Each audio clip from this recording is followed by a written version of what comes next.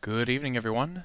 This is Henry Gamble with SimplerOptions.com, and in tonight's free video I wanted to spend a little bit of time talking about the skew. Now, this is an indicator that has had some popularity here lately. You're going to see it in a lot of different headlines simply because it has made this new high. A couple of things that you want to remember is that this data is only published once a day after the cash markets close.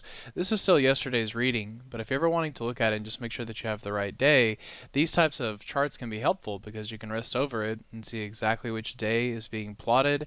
Then, if you want to turn it back into something like a line chart so you can get a little bit better feel for where it has been, etc.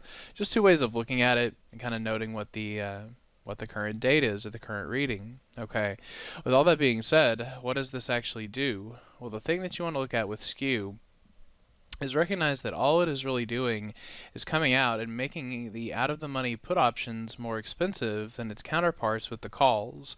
So if you take this idea and just for the sake of discussion right now, I'm looking at this with some options that are 2 days out, and you look at the delta. Let's look at the delta 10 put. Okay, this is going at a mid price of about $1.60, $1.65, and that's at the delta 10. Well, then if we come up to the other end, you can see that the delta 10 or delta 11 is going closer to about $1. So this big discrepancy just means that the put options are going to be more expensive, and that's why sometimes when you see this and people look at it and say, okay, is this a warning and I need to rush in here and buy puts? Well, if you do that, it's going to be much more expensive. So I don't like looking at it that way, but instead we'll be willing to analyze and look at ideas like your basic iron condor. Now, this strategy, like any other, definitely does have risk in it, but I just like looking at the idea with this particular structure.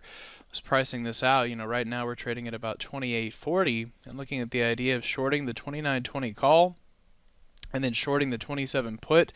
This is an interesting example because what you're doing is selling the same delta on each side, but on the put side you're 140 out of the money, as where with the call side you only have about $80 of leniency. So looking at that signal, recognizing what it's telling you and just saying, those out of the money puts are going to be really expensive, so rather than jumping in and thinking the market's going to crash buying them, maybe you just stick to your typical execution, and then if the skew can come in, you also get a little bit of an aid through the passage of time, and then you look to take in, 35, maybe 40% of the credit received and something like that. I think that's a fair trade to look at over the course of the next 20 to 30 days, or at least as we wait for the skew to come in. So I hope that's helpful, and we will see you at the next free video.